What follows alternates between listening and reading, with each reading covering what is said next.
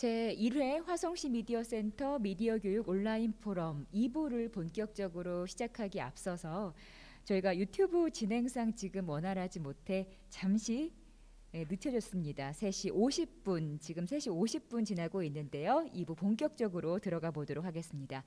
2부에서는 앞서 말씀드린 대로 1부에서 발제한 미디어 교육의 역할과 미래에 대한 3가지 주제를 가지고 심도 있는 논의를 한번 해보도록 할 텐데요. 시청자 여러분들께서도 2부에서도 마찬가지로 자유롭게 댓글을 달아주시면 감사하겠습니다. 2부는 좌장 한정섭 교수님을 중심으로 이야기를 나눠보도록 하겠습니다. 한정섭 교수님은 현재 서경대학교 예술대학 공연예술학부에서 예술교육센터장과 지역사회협력센터장을 역임하고 계십니다.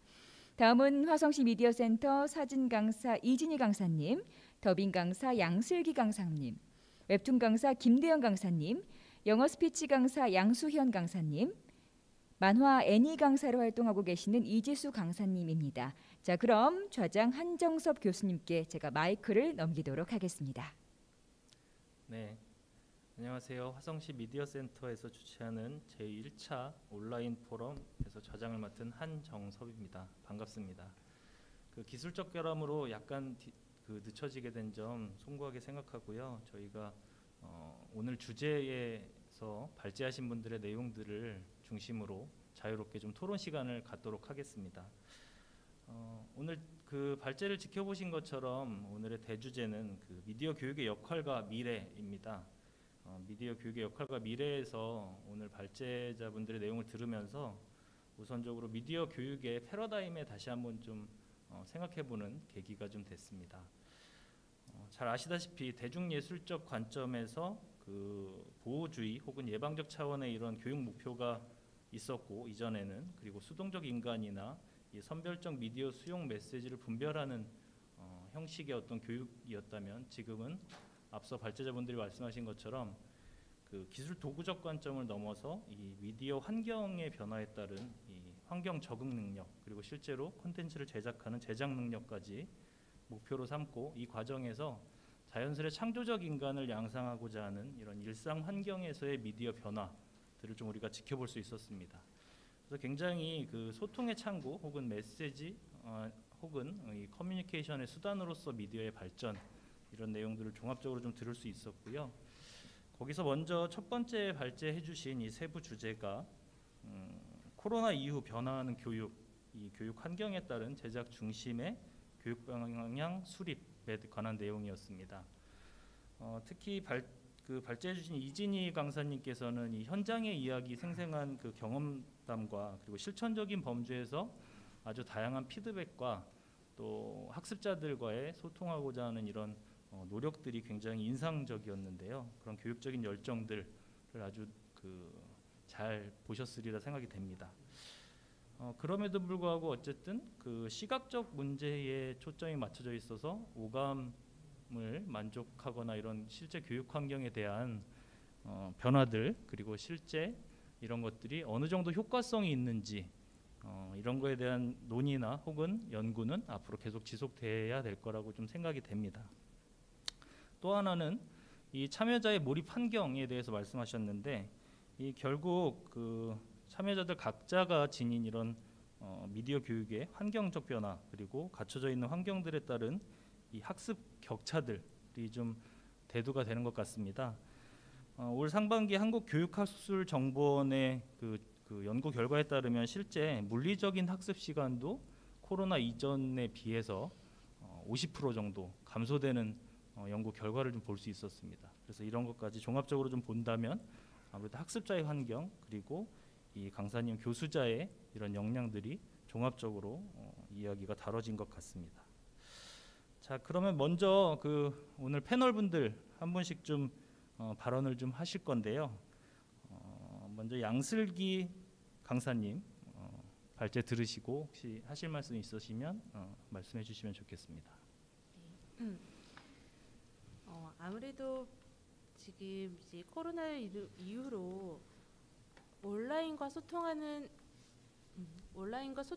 아이들이다 보니 수업하는 방향에 있어서 실시간으로 확인되지 않는다는 게 문제점이 생기긴 할 것 같아요. 아이들의 반응도 그 즉각적인 피드백이 저희가 오프라인 수업을 했을 때는 그때그때 즉시 이루어지고 시연도 가능하지만 온라인 일방적인 수업을 했을 때는 좀 더 문제가 발생이 되고 그에 따른 피드백은 또 어떻게 진행을 해야 하는지 물론 이제 쌍방향이라는 부분도 있긴 수업을 방식을 하기는 하지만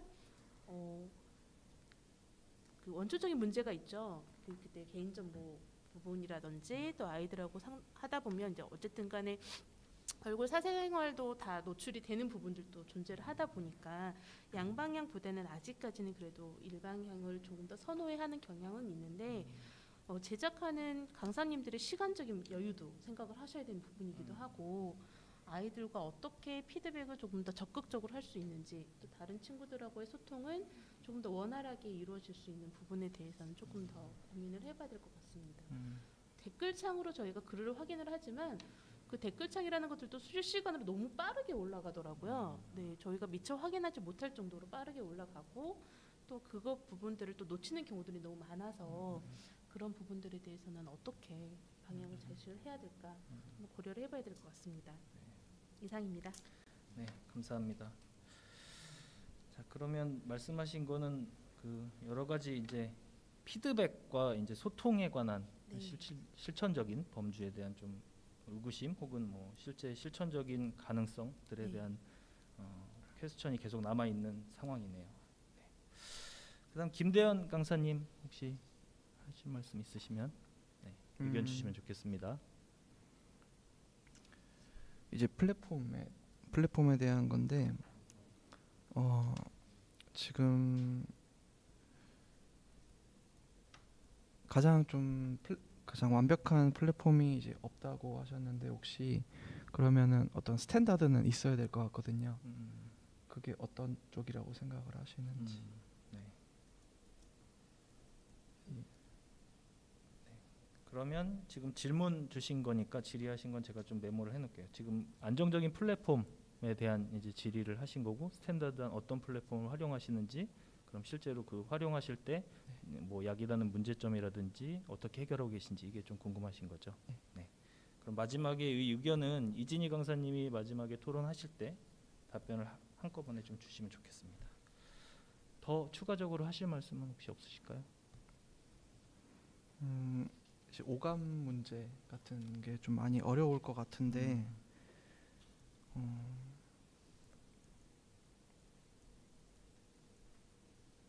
네. 오감이라는 그러니까 이것을 결국에는 오감을 실제로 느끼는 것이 피드백이 잘 안 되면은 이게 어찌 보면은 주변의 부모라던가 가정 환경에서의 격차가 굉장히 심하게 될 것 같거든요.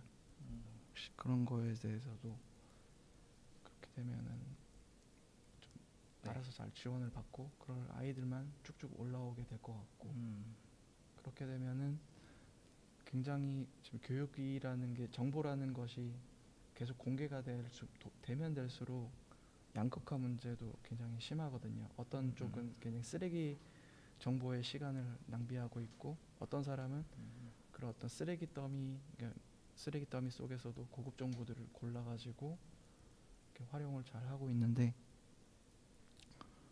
그런 어떤 결국에는 실제 체험으로 이어져야 되는 양극화 문제 같은 경우에 혹시 대안 방안 같은 것 궁금합니다. 알겠습니다. 그럼 두 번째 질의하신 것도 이따가 마지막 이진희 강사님께서 함께 좀 답변 주시면 좋을 것 같은데요. 두 번째 질의는 그럼 좀 정리해서 해석하자면 그 말씀하신 것처럼 시각적인 한계를 넘어서 오감을 이제 뭐 만족시키거나 특히 예술이나 미디어 교육에서 이런 특장점이 있다면 이것을 정말 실제로 만족시킬 수 있는 교육이 가능할지 그리고 각각의 가정마다 이 물리적 환경들이 굉장히 다를 텐데 이런 것들을 어떻게 해소하려고 교수자들은 좀 노력하고 있는지 이렇게 좀 보면 될까요? 네, 감사합니다. 자, 그다음 세 번째 양수연 강사님 혹시. 네, 저는 영어 더빙과 영어 스피치를 가르치고 있습니다. 때문에 지금 다른 강사분들께서 언급하신 오감이라는 부분이나 플랫폼에 대해서는 제가 항상 오프라인에서 항상 제공했었던 것이기 때문에 더더욱 온라인 컨텐츠를 제공할 때 제가 벽을 느끼는 부분이기도 하거든요. 근데 그 부분 차치하고서라도 제가 엄마로서 느꼈을 때 요즘 아이들이 학교를 가지 않고 있잖아요. 학교를 가지 않고 대체적으로 온라인 학습으로 이 학습터라는 곳을 통해서 하루 4시간에서 5시간 정도의 수업을 하고 있어요. 그럼 온라인 시청각을 통해서 이미 4-5시간을 애들이 시간을 통해서 이제 유튜브라든지 다른 시청각 자료를 온라인으로만 통하고 있는데 그 추가로 저희가 이제 저희 강사들이 예술이나 어떤 창의적인 분야를 또 추가로 제공한다면 아이들이 느끼는 그 피로도에 대해서는 엄마로서 부모로서 굉장히 고민스러운 부분이거든요. 근데 그런 것을 어떻게 이제 단순히 재미나 혹은 뭐 아이들의 재미로만 추구하고 계속 가져가야 되는지 그 부분에 대해서는 굉장히 고민스러운 부분이라서 계속 생각을 해봐야 될 것 같아요. 네, 감사합니다.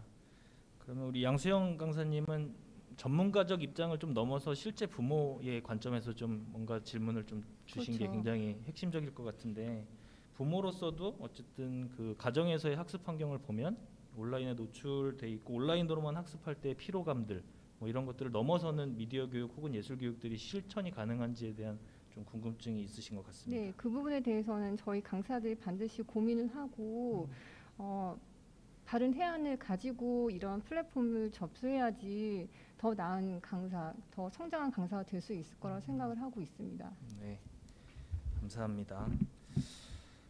마지막으로 이지수 강사님.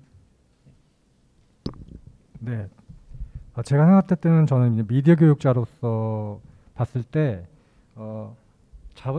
저희가 이제 미디어 교육을 했을 때 학생들하고 수업할 때 섬 같은 느낌을 받을 때가 있거든요. 그래서 이진희 강사님이 제시하신 많은 그 피드백들 같은 경우에 어떻게 학생들과 교류를 할 것인가 잘, 그 다음에 그 대상자의 이해도를 어떻게 높일 것인가 이런 걸 좀 생각해 보는 시간이었고요.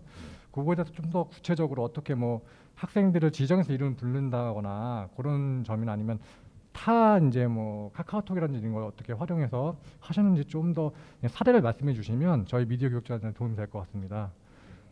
그리고 뭐 다른 것들 같은 경우에는 이제 미디어 교육자 같은 경우에는 이제 동료 학습이 이루어지지가 않고 있는 상황이에요. 지금 다른 지금 학교 선생님들은 교육청 연수라든지 이런 걸 통해서 온라인 교육을 연수를 받습니다. 하지만 미디어 교육자들은 개별적으로 자기가 스스로 학습을 시켜야 되는 지금 상황이거든요. 그래서 동료 간들의 이렇게 동료 학습, 강사적인 동료 학습이 좀 필요한 상황이고, 그다음에 저희가 이제 코로나가 오므로 인해서 이제 학교 현장도 이건 어떻게 미디어가 이제 즐기는 수단이 아니라 생존의 수단이 되어 있는 거예요. 그분들도 그 요구자의 이제 요구 수준에 대해서 어떻게 우리가 맞춰가고 그 연수를 어떻게 진행할 것인가, 미디어 교육자로서 학교 현장에서, 그다음에 교사 연수를 우리가 또 어떻게 진행해야 될 것인가, 그 부분과 그다음에 아까 그 미디어 리터러시 부분이 있어요. 이제 지금은 이제 영상이 너무 많이 발전했기 때문에 학생들이 무분별하게 이제 다 정보를 받지 않습니까? 그렇기 때문에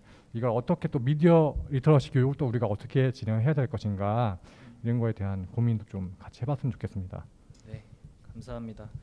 그러면 저희 이진희 강사님께 궁금한 점은 실제로 그 소셜 미디어 혹은 다양한 채널들을 활용해서 피드백을 주는 실천적인 방법에 대해서 좀 더 실제적 사례를 좀 사례들을 좀 말씀해 주시면 좋을 것 같아요. 네, 좋을 것 같고, 또 이제 추가적으로 제언해 주신 건 이제 공통적으로 같이 고민해봐야 될 문제인 것 같은데, 어쨌든 미디어 교육자, 뭐 강사님들 그리고 교수자들도 이 지금 환경을 대응하고 변화에 뭐 맞서 나가기 위한 어떤 연수 과정, 전문 과정들이 이제 필요할 것 같고, 또 마지막으로 미디어 리터러시 말씀하셨는데 문해 교육에 있어서 어떤 점들을 좀 활용해야 되고 실천적인 범위에서 미디어 리터러시도 반드시 필요하다 정도의 제언을 좀 주셨습니다. 네.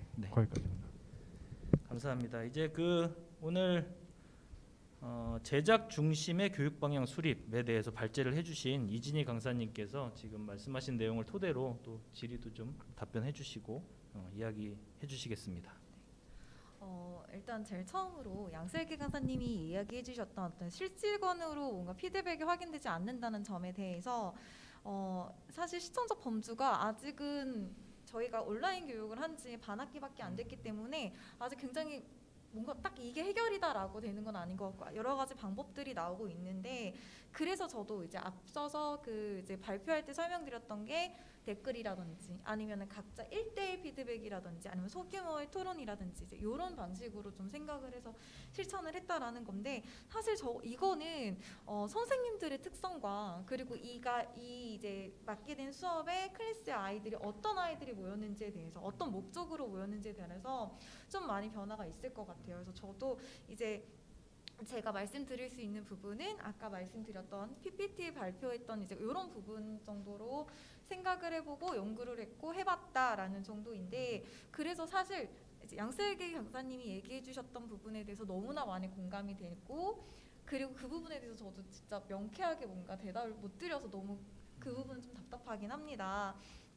근데 그 부분에 대해서는 아무래도 이제 굉장히 많은 선생님들 교육하시는 분들이 많은 이제 팁이라고 할까요? 그런 것들이 나오고 있는 추세이기 때문에 뭔가 이제 그런 것들이 축적이 되다 보면 어느 정도 좀 묘두려돼서 나오지 않을까라는 생각이 들게 되고요.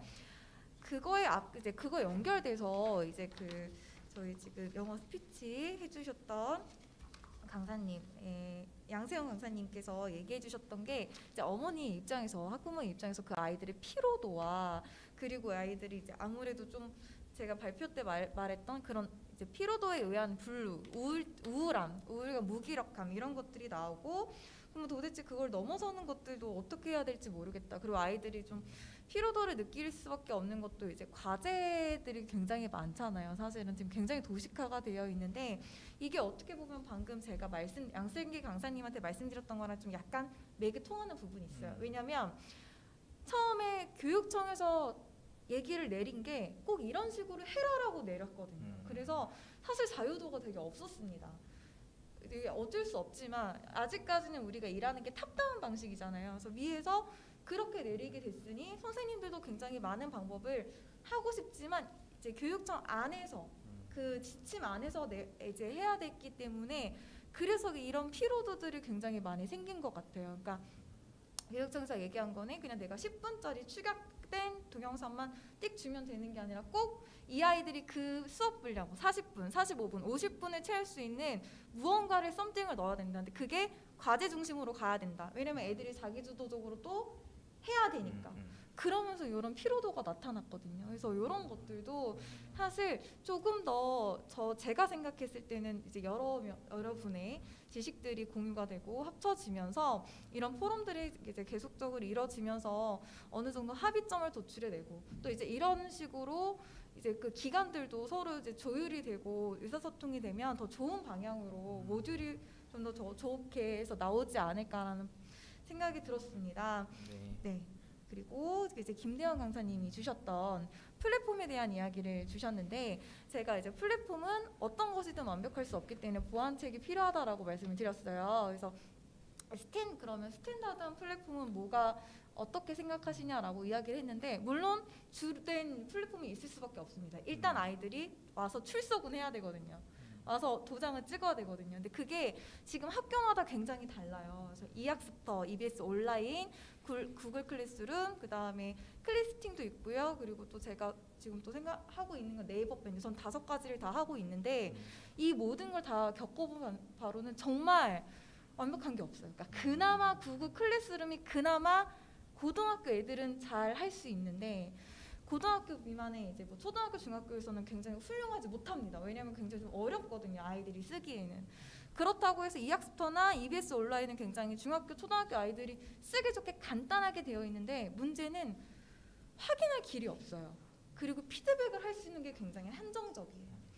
그래서 좀 이제 쓸 수 있는 플랫폼 중에서 저는 네이버 밴드가 조금 괜찮더라고요. 그러니까 제 실정적인 사례로서는 네이버 밴드가 조금 더 괜찮으나 거기에서 모든 수업을 할 수가 없습니다. 그래서 결국에는 다른 플랫폼, 과제를 확인하기 위한 플랫폼 따로, 수업을 하기 위한 플랫폼 따로, 결국에는 저는 지금 2-3개를 항상 같이 돌리게 되더라고요. 그래서 그게 스탠다드는 있을 수밖에 없지만 아직 제가 봤을 때는 정말 만족할 만한 건 없다. 그리고 너무 학습 대상자에 따라서 너무나 괜찮은 것도 너무 달라지더라라는 말씀을 드리고 싶고 오감 문제를 주셨어요. 그래서 오감 문제에 대해서 환경적인 문제를 얘기해 주셨는데 그 저 같은 경우에는 그래서 이제 그런 키트라던가 아니면 준비물들을 항상 학교에서 먼저 주문을 하고 학교나 기관에 있는 예산 안에서 주문을 하고 걔네들이 이제 공평하게 배분을 받을 수 있게끔 했습니다.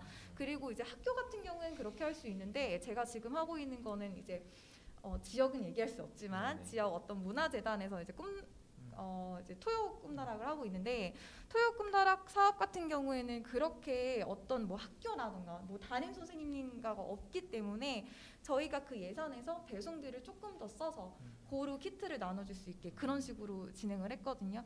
그래서 근데 얘기해 주신 게 정말 맞은 게 저희도 처음에 수업을 연구를 할 때 그 부분에 대해서 굉장히 고민을 많이 했어요. 얘들아 집에 카메라 한 대씩 있지? 자, 그 카메라로 이거 찍어보자라고 했을 때 지역에 따라서 카메라가 없는 친구들도 있고 어떤 지역은 심지어 DSLR을 그냥 중학교 1학년이 들고 다니는 곳도 있었거든요. 그래서 그런 부분은 공공의 예산으로 사실은 할 수밖에 없더라고요. 그래서 최대한 그 아이들이 이미 갖고 있는 기반된 게 아니라 공공의 예산으로 어떤 기관의 예산으로 고루 평등하게 할 수 있는 방향으로 가는 게 제일 좋을 것 같습니다. 그렇게 좀 물리적 해석이 조금이라도 되지 않을까 저는 생각이 들었고 그 다음에 이지수 강사님이 얘기를 해주신 부분이 섬 같은 느낌을 훼손하시기 위한 댓글 이런 얘기를 좀 해주셨어요. 저도 사실 동영상 편집을 하다 보니까 정말 고립된 느낌이 많이 들었거든요. 그리고 사람들이 아시겠지만 여기 다 아시겠지만 힘들다가도 교육하러 가면 힘이 나잖아요. 아시죠? 정신이 똑바로 차려지고 힘이 나는데 그게 없으니까 점점 더 힘이 없어지는 거예요. 그래서 제가 이제 말씀드렸던 게 댓글 달기, 1대1 톡을 하기 이제 이런 것들을 장치를 마련을 해뒀고 그리고 이제 제가 아까 잠깐 쉬는 시간에 강사분들끼리 얘기를 하긴 했지만 그런 걸 했어요. 만약에 내가 실시간 쌍방향이 아니라 실시간 어떤 단방향으로 해야 될 경우에는 일부러 그 반에 있는 아이들 이름을 한 명씩 부르자. 뭐 예를 들어서 또 하경이를 쓰는데 하경아 미안해. 자, 하경이를 쓰게 되는데 하경이다라고 하면은 막 그냥 강의를 하다가 예를 들어서 하경이가 사진을 찍으러 갔어. 이런 식으로 어떤 특정한 이름을 불러주면은 하경이와 하경이를 아는 친구들은 이제 몰입을 좀 할 수 있는 부분이 있거든요.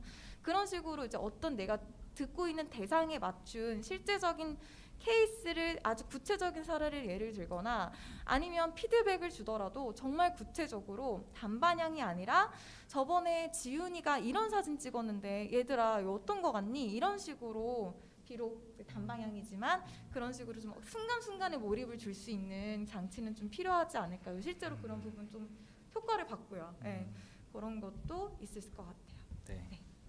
말씀 감사합니다. 여러 이제 패널 분들이 다양한 의견 주셨는데 하나하나 또 다 성실히 답변 주시느라 너무 애쓰셨고요. 특히나 이 현장감들이 좀 전해지실 것 같아요. 지금 보시는 분들도. 그래서 지금 뭐 여러 가지 말씀 주셨는데 특히 아까 발제하실 때 이 온라인 학습 환경에서 어쨌든 혁신적인 문제들을 해결하기 위해서는 서로 실패의 사례들이 공유가 필요하다라는 게 좀 더 와닿는 것 같습니다. 그래서 앞으로도 이런 자리를 통해서 계속 지금 어쨌든 저희가 예기치 않은 코로나19 이후에 급변하게 좀 맞이하고 있는 부분이 있어서 실패하는 사례들이 축적되면서 거기서 혁신적인 전략들을 좀 찾아야 될 것 같다는 생각이 좀 들었습니다. 감사합니다. 다음 주제에 대해서 좀 토론을 이어나갈까 합니다. 다음 주제는 이 발전된 미디어 교육 제공을 위한 미디어 강사 역량 강화 전략에 대한 내용입니다. 특히 이 김대현 발제자님께서 오늘 발제를 해주셨는데 저는 이 발제를 들으면서 그 미디어 매체별로의 역할 그리고 뭐 엘빈 토플러의 프로슈머도 말씀하셨지만 이 콘텐츠 생산자가 누구나 콘텐츠 생산자가 된다면 이 콘텐츠 생산자들에게 필요한 교육과 혹은 아까 저희 이지수 강사님 말씀하신 것처럼 미디어 리터러시라든지 이런 미디어 교육자들의 역량에 대한 차이점은 뭐가 있을까라는 또 질문도 저는 갖게 됐습니다. 자, 그래서 이런 여러 가지 질문들이 아마 포함되어 있는 것 같은데 특히나 지금 환경 변화에 따른 이런 우리가 만나고 있는 이 환경 변화에 따른 혹은 공간 변화에 따른 여기에서 또 역량이 그 필요로 요구되는 이 미디어 교육 강사분들의 역량들도 포함이 되어 있을 것 같아요. 그건 이제 기술적 역량일 수도 있고 뭐 이런 여러 가지가 좀 남아 있을 것 같은데 오늘 또 그 참여하신 패널분들은 각각 어떤 질문들을 좀 갖게 되셨는지 이야기를 듣도록 하겠습니다. 자, 먼저 이번에는 이진희 강사님이 좀 말씀해 주시겠어요? 네. 네. 김대영 강사님의 발표를 너무 잘 들었고요. 그리고 이제 핵심적으로 이제는 우리 미디어 강사들이 뭔가 이제 그렇게 아웃풋을 생산할 수 있는 어떤 그런 그러니까 상품을 같이 할 수 있는 그런 느낌으로 이제 가야 된다라고 하는 방향이 굉장히 잘 와닿았습니다. 근데 이제 저는 사실 이렇게 들으면서 아까도 잠깐 짤막하게 나왔지만 미디어가 물론 대중 매체고 대중을 위해서 우리가 이제 보통 대중들을 만나서 교육을 하고 있기는 하지만 그거를 그냥 돈이라고 하는 어떤 돈의 가치, 경제적 가치가 아닌 다른 부분에 대한 어떤 아까 뭐 이제 예술이라고 얘기를 해주셨으니까 예술적 가치에 대해서 가는 부분은 좀 얘기가 없으셨더라고요. 그래서 그 부분에 대해서는 어떻게 생각을 하시는지 좀 되게 궁금합니다. 네. 더 하실 말씀은 없으시고요? 네. 네. 그러면 우리 이진희 강사님은 좀 질문을 제가 좀 제 마음대로 요약해 보자면, 네, 그 미디어 교육에서 어쨌든 상품화 혹은 뭐 부가가치 재화로 이제 판단하지만 그런 어떤 가치 외에 이제 또 다른 가치, 뭐 교육적 가치, 예술적 가치, 뭐 여러 가지 가치들을 좀 내재하고 있을 때 이때 이제 예술 강사들이 가져야 되는 역량이 어떤 것들이 있는지라고 좀 네. 말씀을 하면 될까요? 네. 그리고 네. 어떤 방향으로 지도를 하면 좋을지 어쨌든 그렇다면 어떤 방향으로 네, 지도를 하면 생각이, 좋을지. 네, 궁금합니다. 네, 감사합니다. 자, 그다음 양슬기 강사님 혹시. 네, 저는 일단 이제 미디어 강사 역량 강화라는 부분을 늘 고민도 하고 또 제가 가장 필요로 하는 부분이기도 하고라는 생각이 들어서 좀 유심히 봤던 발제품인데요. 미디어라는 영역이 우리가 지금 크게 말을 해서 미디어라고 들어가 있지만 정말 세분화되어 있고 거기 세분화되어 있는 강사님들의 수는 정말 어마어마하게 많을 거라고 생각을 합니다.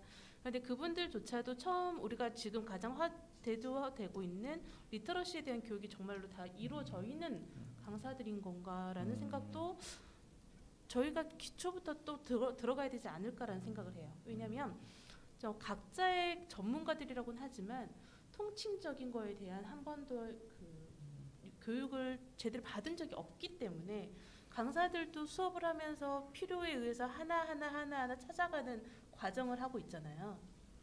그 하나하나 찾아가는 과정을 밟고 있는데 그것도 학생들에게 그렇게 지도를 해야 되는 것인가? 그 아이들조차도 하나하나 다시 밟아가는 과정을 주는 것보다 강사가 처음부터 구성되어 있는 이 모든 단계들을 습득을 하고 있어서 아이들에게 전체적으로 지도를 해준다고 한다면 조금 더 접근하는 게 쉽고 또 다른 분야로 나가는 부분들을 조금 더 줄일 수 있지 않을까라는 생각을 하게 되거든요.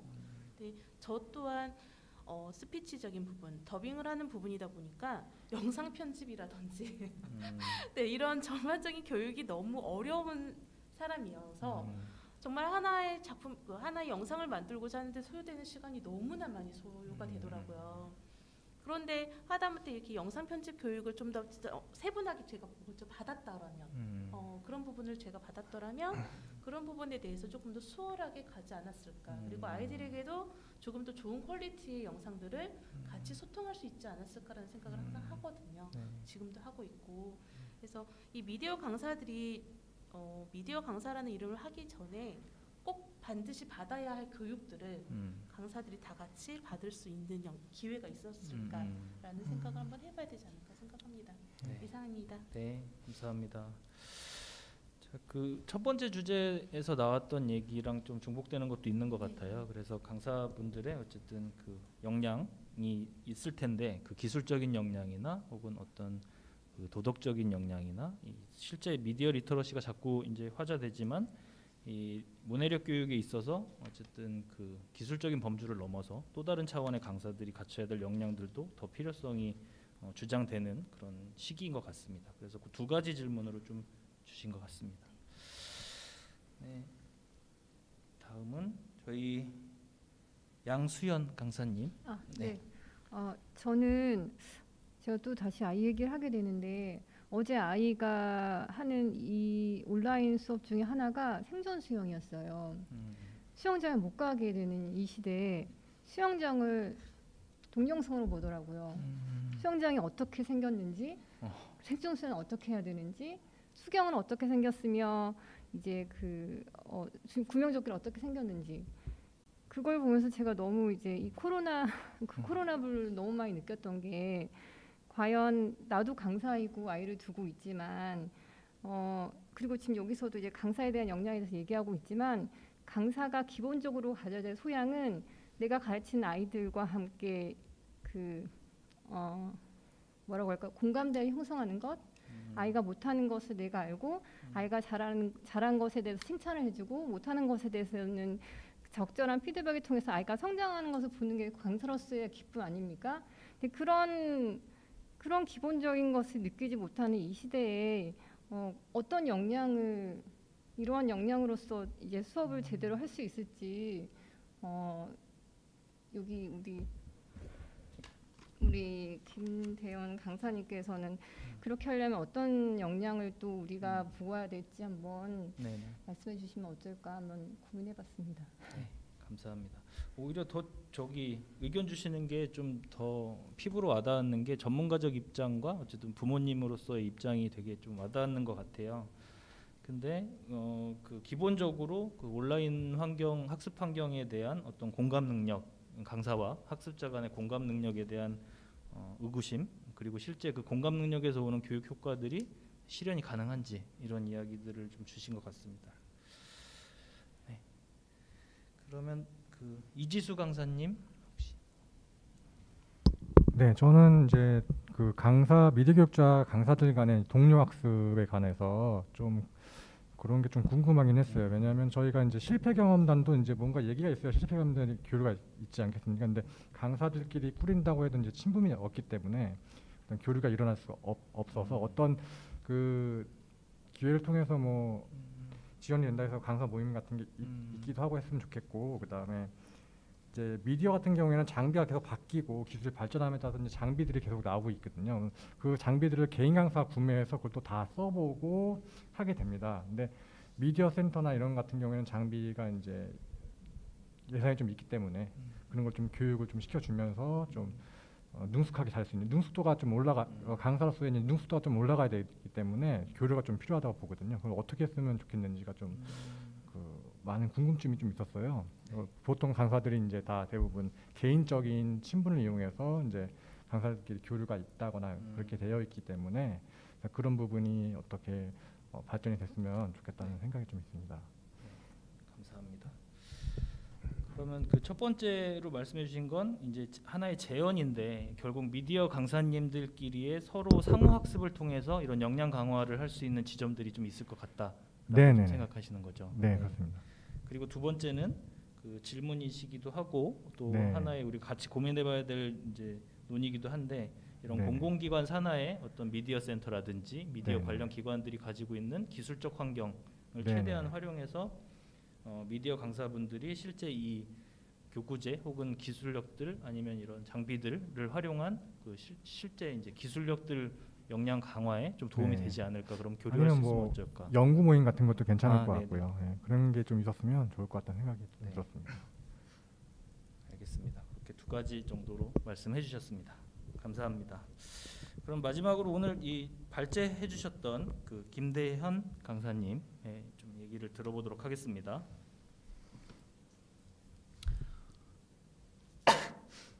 일단 이진희 강사님께서 말씀하신 부분에 대해서 답변을 드리겠습니다. 일단 미디어 교육이라는 것을 돈이라는 자본주의 세상이라 이제 돈도 중요하지만 어떤 예술이라던가 이런 좀 더 학문적인 그런 가치에 대해서도 이야기를 해달라고 말씀하셨는데요. 일단 저도 예술을 공부하는 입장에서 돈과 예술, 학문, 제가 하고 싶은 공부 그런 문제는 항상 부딪힙니다. 그런 문제에서 결국에 얻는 답은 후원자라는 존재가 없으면은 결국에는 최우선 순위는 돈이 될 수밖에 없더라고요. 그 말은 가정 환경이든 학교든 국가든 그 어떤 이상적인 꿈을 쫓고 있는 사람에게 그 이상적인 꿈을 이룬다는 것은 대부분 굉장히 오랜 시간이 필요하기 때문에 그 오랜 시간 때문에 최소한의 생존과 그 작업에 몰두할 수 있는 조건을 마련해 주지 않으면은 돈이 굉장히 중요할 수밖에 없고, 특히 정신적으로 사람이 이제 어떤 젊음이라는 한정된 시간이 있는데 그 시간에 누군가는 성공을 하고 누군가는 실패를 하고 항상 끊임없이 비교를 당하게 되는데, 그런 장기간의 그런 또래 경쟁자들이나 그런 어떤 성공의 사례들을 보면서 멘탈적으로 무너지는 경우도 굉장히 많습니다. 그런 환경에서 가장 중요한 것은 뭐 엄청나게 많은 돈과 엄청나게 많은 후원이나 그런 어떤 지지가 아니라 최소한의 한 명의 지지, 정서적인 지지, 그리고 먹고 사는 문제를 해결해주는 그런 것이 필요하다고 하워드 가드너라고 하는 이제 하버드의 교수님께서 쓰신 책에서 읽은 적이 있어요. 그 10년이나 15년 동안의 정서적, 경제적 지원을 해줄 수 있는가. 그런 환경이 됐을 때만 이제 어떤 오랜 시간의 장기간에 걸친 어떤 예술적인 가치가 이루어진다는 것이죠. 그걸 누군가는 뭐 말콤 글래드웰은 1000시간, 10,000시간의 법칙이라고도 얘기를 했고요. 그래서 봉준호 감독이라던가 아니면 웹툰 작가 중에서도 윤태호 교수님 같은 경우에는 다 걸작을 발표한 게 40대에 발표했어요. 알리바바의 마윈 같은 경우에는 남자가 이제 35살이 돼서도 성공하지 못하면은 그 인생은 실패한 것이다. 그 극단적인 말을 했는데, 그 말은 지금 성공의 시기가 자꾸 늦어지고 있어요. 사실 정보량은 너무나 넘쳐지고 있고 아이들은 배워야 될 게 너무나 많기 때문에 어떤 지식을 가지고 뭔가 생산을 하기, 완성된 작품을 걸작을 뽑아내기까지는 자본주의가 요구하는 시간대는 사실 30살이거든요. 30살 안에 뭔가를 완성해내지 못하면 실패자로 낙인을 찍어요. 하지만 예술적인 측면에서 우리가 성인이 된다는 것은, 육체적인 성인은 20살이면 성인이지만 정신적으로, 언어적으로, 문화적으로 성인이 된다는 것은 사실 40대 이후에나 성인이 겨우 될 수 있는 그런 조건이기 때문에, 이런 예술적인 방향으로 가는 존재가 있다면, 아이가 있다면 그건 반드시 가정이나 어떤 커뮤니티에서 지원이 꼭 이루어져야 되는 부분이라고 생각을 합니다. 예. 그리고 이제 두 번째로 양슬기 강사님께서 얘기해 주신 부분인데, 강사들 입장에서 시대적인 변화를 따라가기가 굉장히 힘든 시기입니다. 사실 과도기이기도 하고요. 그래서 항상 기초로 다시 돌아가서 기술적인 역량을 다시 강화해야 되는 입장이 있는데, 사실 저도 이제 강의를 하면서 아니 학생들을 가르치면서 아이들이 미디어에 대해서는 저희들보다 훨씬 더 빨리 적응하고 더 많이 알아요. 그래서 아이들이 줌 같은 경우에 강의를 할 때도, 제가 처음 줌으로 강의를 했을 때 아이들이 저한테 지도를 해주더라고요. 그래서 이거는 별 방법이 없고요. 강사가 열심히 변화에 적응하려고 노력해야 됩니다. 예. 이렇게 멈춰 있고 머물러 있는 강사들은 자연스럽게 도태가 될 거고요. 강의 품질도 안 좋기 때문에, 평가가 안 좋기 때문에 밀려날 수밖에 없고요. 이거는 거의 죽기 살기 문제로 예, 열심히 새로운 기기도 써보시고 돈도 투자를 과감히 하면서 익혀 나가야 될 부분인 것 같습니다. 그리고 뭐 간단하게 강사분들에게 약간 다들 아시겠지만은 이런 어떤 생산성의 문제에서 가장 기술적으로 생산성을 많이 도와주는 회사는 저는 애플이라고 생각을 해요. 그래서 애플에서 발표하는 기기들마다 생산성을 도와주는 앱이라던가 장비가 굉장히 많습니다. 그래서 음악 쪽은 대부분 작곡을 하시는 분들이나 그런 분들은 다 애플 거만 써요. 미술을 하시는 경우도 거의 마찬가지고요. 예, 그래서 이런 생산성을 도와주는 기술, 그런 최고의 테크 기업에서 하는 것들이 발표하는 것을 계속 귀담아 소식을 들으면서 쫓아가는 수밖에 없는 것 같습니다. 그 세 번째로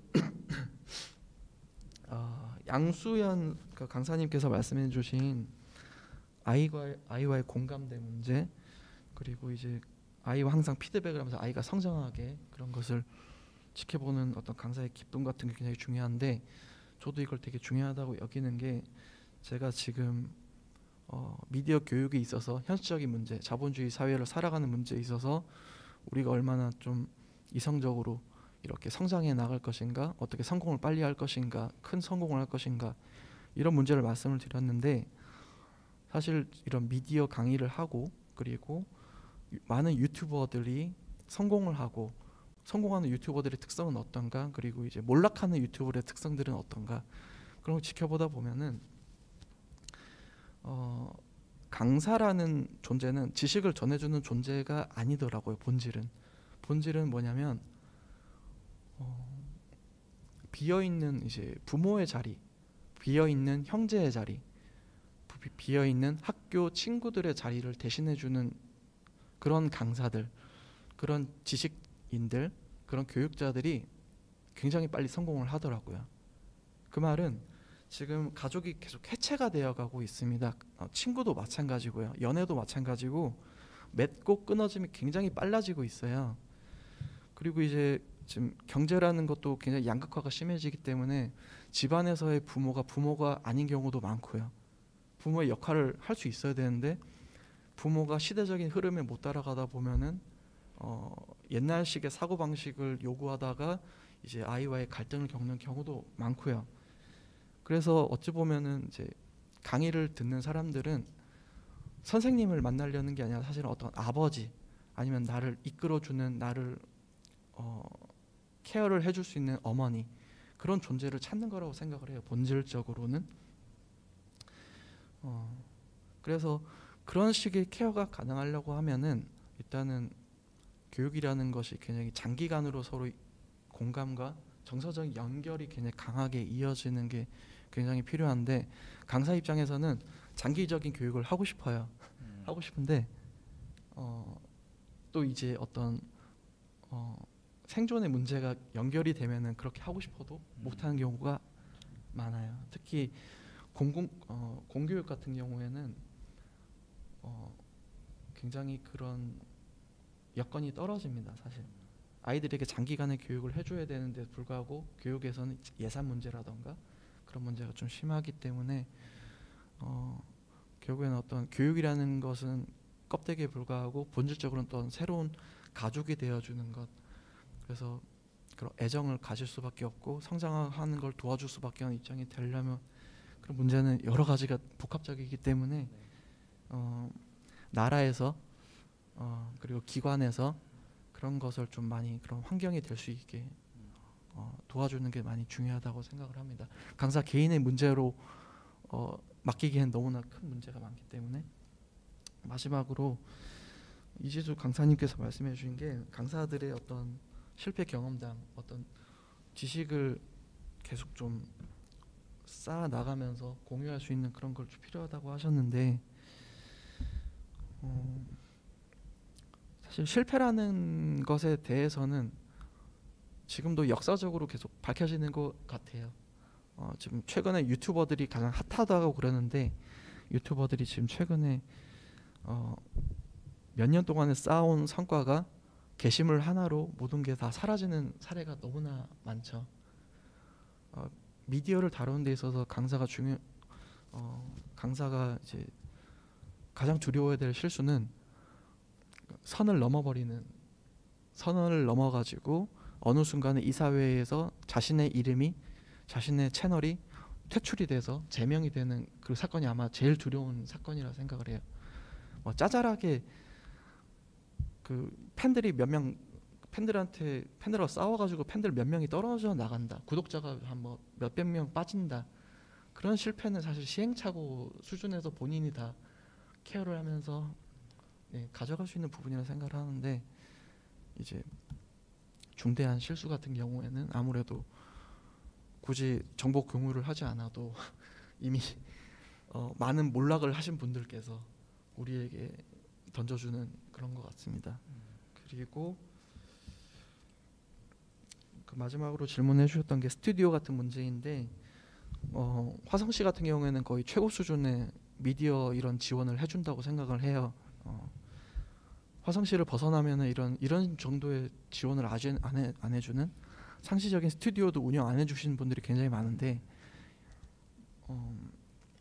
이런 게 문제가 아무래도 예산이 서로 지역마다 불균형적인 것도 있고 그 제일 중요한 게 예산 집행이 이런 공공기관이나 공교육 같은 경우 예산 집행의 단위가 1년이기 때문에 그 시대적인 변화에 대응하기가 굉장히 좀 많이 좀 타이트하게 대응을 하지 못하는 부분이 분명히 있는 것 같아요. 그래서 이런 부분을 해결을 하려고 하면은 아무래도 공공기관에서 각자 기관에마다 예산을 자율적으로 쓸 수 있는 자율성을 더 많이 줘야 된다고 생각을 합니다. 이게 왜 그러냐면 넷플릭스 같은 경우에는 그런 어떤 프로젝트 매니저에게 예산을 얼마 정도 집행할 수 있는 자율권을 준다고 그래요. 예. 그러니까 일일이 예산을 쓸 때마다 상부에다가 일일이 허가를 안 받아도 된다는 거죠. 넷플릭스 같은 경우에는. 그래서 그 넷플릭스 안에서는 계속 시대 변화에 맞춰서 계속 혁신이 일어날 수가 있는 건데 아무래도 공공기관에서는 뭐 밥 한 끼 먹을 때마다 그 영수증 다 첨부해야 되고 어떤 기기 하나 장비 살 때마다 이제 검사 맡아야 되고 그 서류 제출해야 되고 그런 문제가 있다 보니까 아무래도 그런 자율성이 많이 떨어지는 부분은 제도적으로 더 보완이 되어야 될 것 같습니다. 이상입니다. 네, 말씀 잘 들었습니다. 특히 우리 김대현 강사님께서 오늘 발제하신 내용은 이 학습자 관점이나 미디어 교육 이제 큰 범주 내의 미디어 교육에서 세부 하위 장르 혹은 세부 하위 범주로 들어갈 때 여러 가지 고려하셔서 좀 판단하셔야 될 것들이 좀 있을 것 같고요. 특히나 말씀해 주신 것 중에 이 학습자 관점으로 봤을 때 결국 종합적인 건 지식 이제 분야를 막론하고 세부 생산될 콘텐츠를 막론하고 가지고 있는 지식들이 뭔가 완성된 결과물 콘텐츠화 되는 것들의 교육이 절실히 지금 필요한 시점이다. 그래서 거기에 이제 그 여러 재무적 가치나 뭐 혹은 예술적 가치들은 당연히 내재돼 있지만 이런 것들을 같이 좀 말씀을 해주셨습니다. 네, 감사합니다. 마지막 이제 세부 주제입니다. 미디어 융복합 교육을 위한 변화와 과제에 대해서 좀 얘기를 나눌 건데요. 실제 2000년 후반부터는 미디어 교육에서 이미 개념적인 발전이 융복합에 대해서 많이 좀 대두되고 있었죠. 특히 미디어 교육은 이런 문화, 정보 기술, 철학, 그리고 심리학, 교육학, 사회학까지 아우르는 이런 개념적 확장이 좀 일어났었는데요.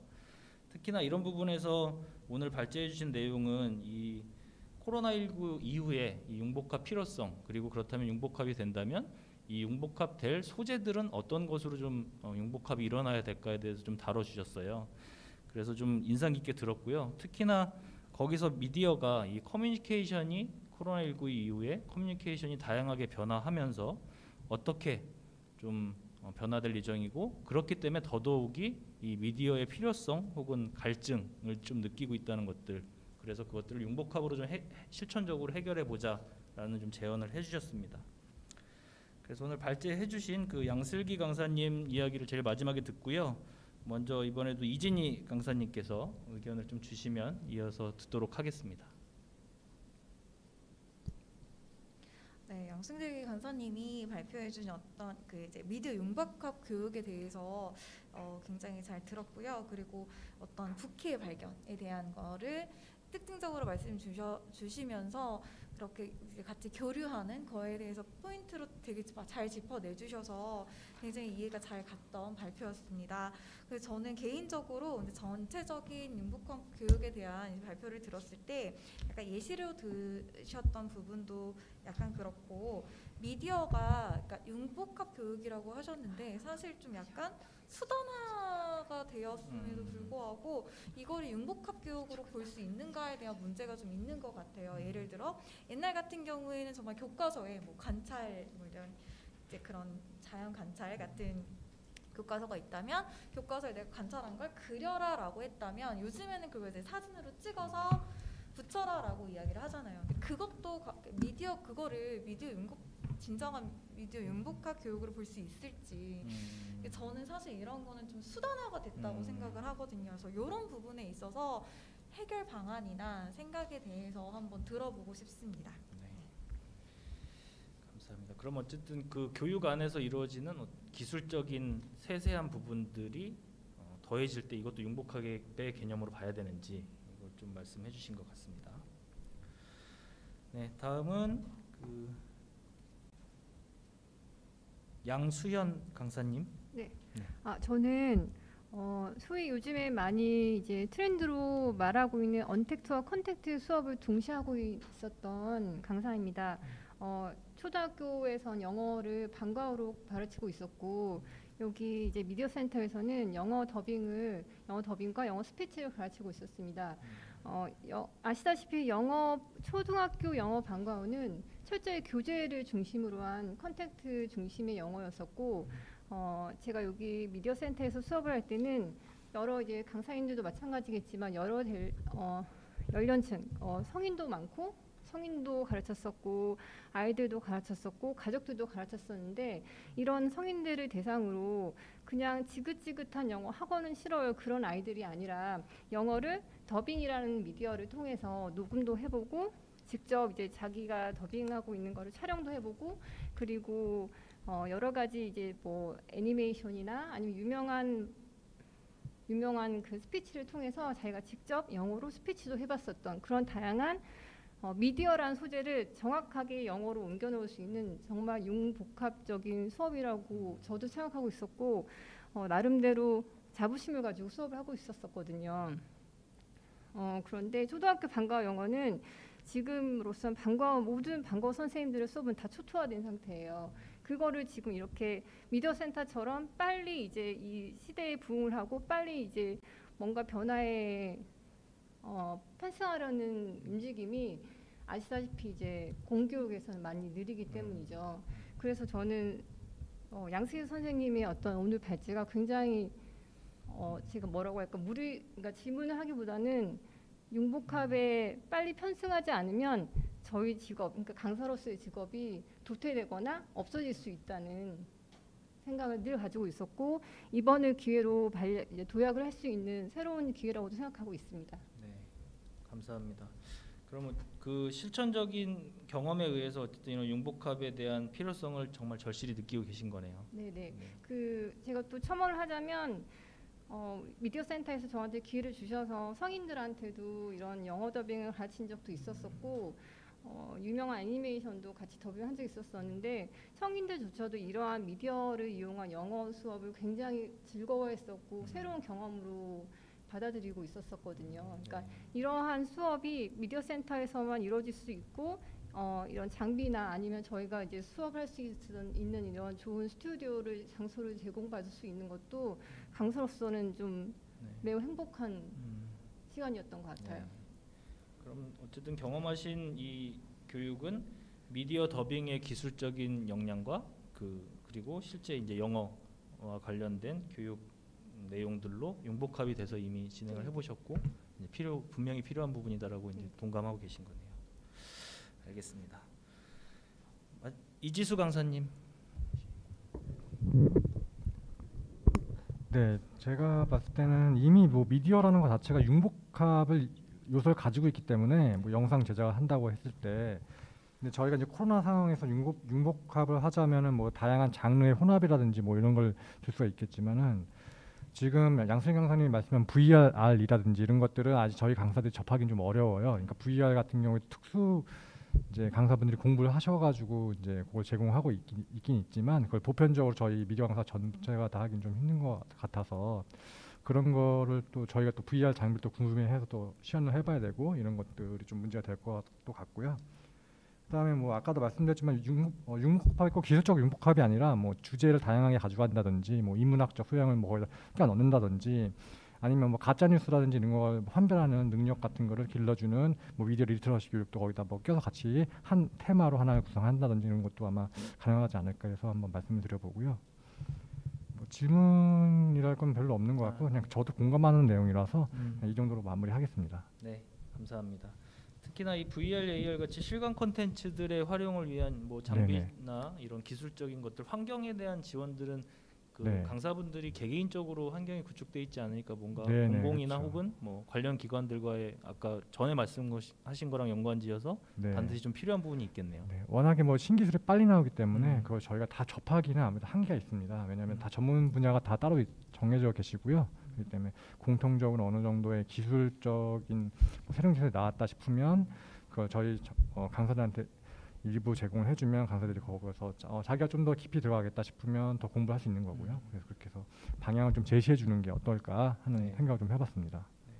그리고 두 번째로 제안 주신 건 그 미디어 리터러시, 이제 문해 교육 차원에서는 어쨌든 뭐 미디어를 판단하고 뭐 비판적으로 사고하고 해석하고 이런 능력들의 교육이 네. 추가로 필요하다고 보시는 네, 거죠. 요즘에 너무 가짜 뉴스나 이런 게 많기 때문에 그것도 청소년들이 보고 영향을 받기 때문에 그런 부분도 이제 기르는 데서는 교육이 좀 필요하다고 보고, 그런 분야 같은 경우에는 또 따로 강사가 존재해야 된다고 저는 보고 있습니다. 뭐 저희들이 다 그걸 탑재해서 하기에 할 수도 있지만 연수를 통해서 따로 강사분이 존재한다든지 해서 저희도 또 연수를 듣고 해서 그런 전문 분야가 아마 있을 거라고 생각이 들어요. 저도 이제 저희가 그런 것도 한번 연수를 한번 들어보고 하는 기회가 있었으면 좋겠다는 생각을 하게 됩니다. 네, 감사합니다.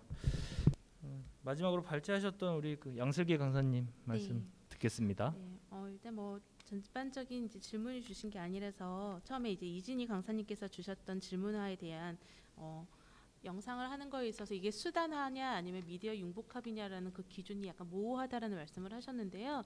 수단이 바뀌면서 융복합이 됐다라고 표현을 하는 게 아무래도 조금 더 정확하지 않을까 싶어요. 기존에 저희가 수업을 했던 방식들은 칠판에 선생님이 글 판서를 하시면 저희는 받아 적는, 암기하는, 그냥 오로지 내 머릿속에 기억에 넣었다가 종이에 다시 옮겨 적는 방식이 교육의 전반적이었던가라면 지금은 하나의 교육을 받았을 때 그거를 자기가 자기식으로 해석하는 방법인 것 같아요. 사진을 찍어서 해석하는 친구들도 있고, 그림을 찍어서 해석하는 친구, 그리고 작품을 글쓰기로 기획하는 아이들도 있고, 영상으로 찍어서 남기는 친구들도 있고, 이렇게 여러 가지 미디어적인 부분들을 녹여내는 게 아무래도 융복합이라는 생각이 들고요. 제가 이제 컴퓨터적인 부분이 너무 기술적인 제약이 조금 많아서 다 넣지 못했지만 이거 기획을 하면서 느꼈던 부분들은 결국은 코로나19로 인해서 요구하는 부분들은 공감인 것 같아요. 사람들 간의 소통과 공감을 요하는 부분이고, 위로를 받고자 하는 부분들이 크고, 그런 부분에 대해서 자기가 가지고 있는 지식만 꺼내는 창이 아니라 이걸 통해서 누구와 소통을 하고 싶고 누구와 공감을 하고 싶은가, 누군가를 위로하고 싶은가라는 거에 조금 더 포커스를 맞추자고 하면 좀 더 다양화되지 않을까라는 생각이 들고요. 우리 지금 미디어 센터에서 수업하고 있는 부분들에 대해서 얼마 전에 VR 영상 만들기라는 수업 영상을 봤어요. 강사님들께서 올려놓는 영상을 보는데 저조차도 보는 걸로는 잘 이해가 가지 않더라고요. 네, 그런 부분들도 있고, 그리고 수업을 하면서 느꼈던 부분들은 저희가 캐릭터 3D 펜으로 캐릭터 만드는 수업도 있고, 애니메이션 만드는 수업도 있고, 그리고 웹툰을 제작하는 수업도 있고, 일러스트를 그리는 수업들도 있잖아요. 이 수업들을 받는 아이들 자체가 하나의 수업에서 끝나는 게 아니라 이게 연관성이 지어지면 어떨까라는 생각을 했었어요. 그러니까 웹툰을 만드는 친구들이 웹툰을 디자인을 한다면 거기에 대해서 3D 펜으로 캐릭터를 만들 수 있지 않을까. 그렇게 되면 하나의 영상을 또 제작을 할 수 있게 되고, 그 영상을 더빙을 한다거나 그 더빙한 영상을 또 영어 더빙으로 재해석을 한다거나, 이렇게 하면 하나의 큰 콘텐츠가 만들어지지 않을까라는 생각을 한번 해봤거든요. 그러기에는 물론 모든 강사님들의 역량이 다 총동원되어야 되고 시간적인 부분도 분명히 존재를 하겠지만 그게 하나의 큰 장이 되었으면 좋겠다라는 간절한 바람을 가져보고 있습니다. 네. 네, 이상입니다. 네, 감사합니다. 좋은 말씀 많이 해주셨는데 저한테 좀 인상적이었던 건 어쨌든 융복합이 이루어지는 환경 자체도 굉장히 자연스러움 속에서 일어나는 상황이고, 그 안에 이제 담아야 될 내용들의 뭐 효과성이라든지 뭐 교육의 뭐 어떤 이후의 상황들은 우리가 계속하면서 뭔가 검증이나 그런 연구 과정들이 또 필요할 것 같다는 생각도 드네요. 네, 좋은 말씀 감사합니다. 자, 이것으로 그 세부 주제들에 대한 토론은 다 마쳤습니다. 그래서 오늘 뭐 시청하신 분들 그리고 저희 패널 분들도 각자의 관점에서 이 주제들을 좀 바라보고 있다는 걸 좀 느꼈고요. 또 특히나 지금 공통적으로 나왔던 이야기들 중에 하나는 코로나19 이후에 심화되는 뭐 비대면 상황 속에서 느끼고 있는 어떤 공감 요소들 그리고 소통 요소들 이 안에서의 미디어가 나아가야 될 방향 뭐 이런 것들을 좀 더 실제 갈증도 느끼고 있고 더 필요로 하고 있지 않나 이런 생각도 좀 들었습니다. 또 마찬가지로 뭐 독일 철학자죠 하이데거와 같이 실존 철학을 주장했던 우리 카를 야스퍼스가 얘기한 대중문화 혹은 기술력에 따른 인격의 말살 이런 지점에서는 뭔가 뭐 미디어 리터러시라든지 이런 것들을 통해서 개개인이 가진 인간성들을 회복하고 뭐 오히려 평균화, 객관화 그리고 대중화를 뭔가 좀 더 성숙하게 만들어가는 문화들 이런 것들이 좀 필요하지 않나라는 생각도 좀 했습니다. 그 세 분의 이야기 좀 잘 들었고요. 오늘 그 좀 긴 시간 얘기 나눠주셔서 너무 감사하고 저희들한테도 굉장히 뜻깊고 앞으로도 미디어 교육의 어떤 미래에 있어서 이런 이야기들이 좀 많이 진행되어야 될 것 같다는 생각이 좀 들었습니다. 네, 잘 경청해 주셔서 감사합니다. 이제 그 마무리 이야기 좀 나누기 위해서 저희 사회자님께 마이크를 좀 넘기도록 하겠습니다. 네, 좌장 한정섭 교수님을 비롯해 많은 강사님들 수고하셨습니다. 미디어 교육의 과거부터 현재, 미래까지 아우를 수 있는 틀을 확립하고 정리해 볼 수 있는 뜻깊고 의미 있는 시간이었습니다. 화성시 미디어센터가 준비한 제1회 미디어 교육 모바일 포럼 여기에서 마무리를 하도록 하겠습니다. 함께해 주신 여러분 고맙습니다.